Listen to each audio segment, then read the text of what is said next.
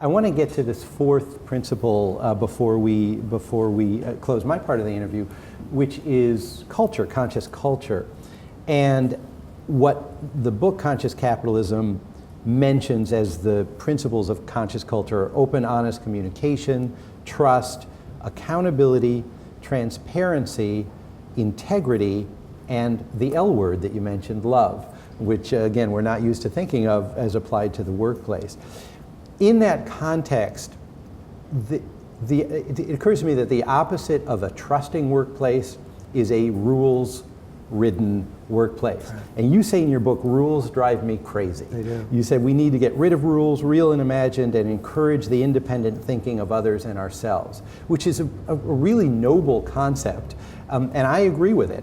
And I'm wondering, in an organization like Starbucks, where Starbucks is uniquely, it seems to me that Starbucks' success is uniquely driven by standardization. You know that you're going to get the same cup, my same triple latte at one Starbucks as at another. So isn't standardization, doesn't that involve lots of rules, and what do you do about it? Well, it involves recipes, which I like better than rules.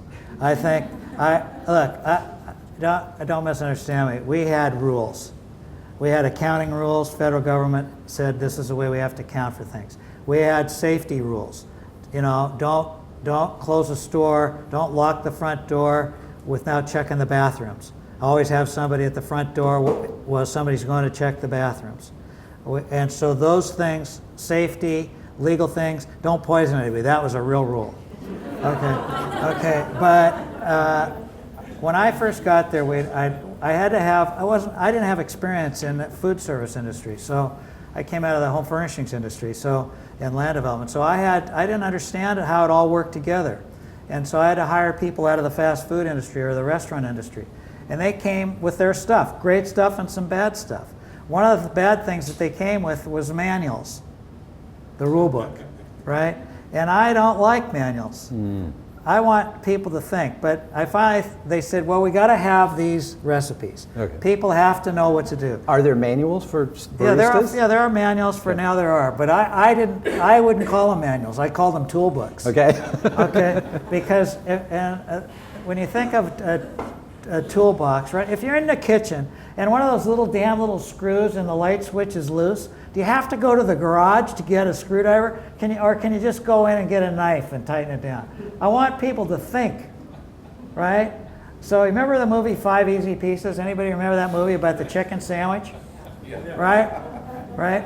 So my wife goes in a drive-thru at a Starbucks store, and she wants a lemonade. We don't have lemonade at that time. We had iced tea and lemonade, right? And she had to say to the person, well, I want a lemonade iced tea, hold the iced tea, right? And that's what gets you in trouble with rule books, with manuals, as people start to think. Now, we had to have standardization, so that if you came in and you just order a triple tall latte, no matter where you go in the world, it's going to taste like a triple tall latte. That is important. But remember, if you came in and said, I want a triple tall latte, I want a 1/4 inch of foam, I want it at 192 degrees, and I want the milk at the bottom, I want the foam at the bottom and the coffee at the top. I've never seen them be able to do that, but you should be able to get that. I want an extra pump, you know what I mean? So there is this standardization, but almost every drink that comes through, somebody wants something different. So you had to let that go. And that goes, anything that touches a human being, you got to figure out how to get rid of the rules. Okay? You got to serve the people that are there to be served in the best way you can. Doesn't mean you can do everybody. Somebody comes in and says, give me $1,000, and I'm probably not going to give them $1,000. But the point being, is that there's so many things that we turn into rules. The minute you start making rules, I walked into a store, and I'm retired by this time, in Palm Springs where I have a house. And it was a downtown store in Palm Springs, very busy store. And here right in the cash register was we don't take $100 bills. I looked at that, and I went to the manager nicely, better than I was with my emails. And I said, because I loved him. I said, why aren't you taking $100 bills? Well, there's been some $100 bills, bad $100 bills floating around. I said, so have you had any yourself? No, I haven't had any myself. So why are you worried about it?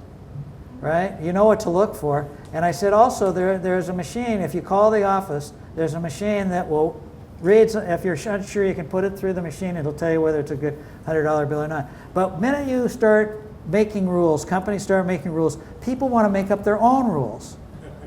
If you think about it, what's the first thing? Look we grow up, we're 11 months old, we're crawling, and we see this beautiful Mason furniture coffee table out in our living room with a beautiful vase on it, crystal vase that we got for our wedding, and it's we really love it. And we see our 11-month-old start crawling towards the deal, and he's crawling, his hand can hardly wait to get there because he sees this shiny object. And out of the corner of the room comes, no, don't touch that. That's the beginning of the rulemaking. And we grow up hearing all those things that we shouldn't do, can't do, are not permitted to do until we finally get our first job. Right? And we get our first job, and now we're the boss. Right? We're making the coffee, we're doing all this stuff. Well, what do you want to do? You want to exercise that inalienable right to tell somebody that they can't do it or they can't have it. I mean, it's the way it is.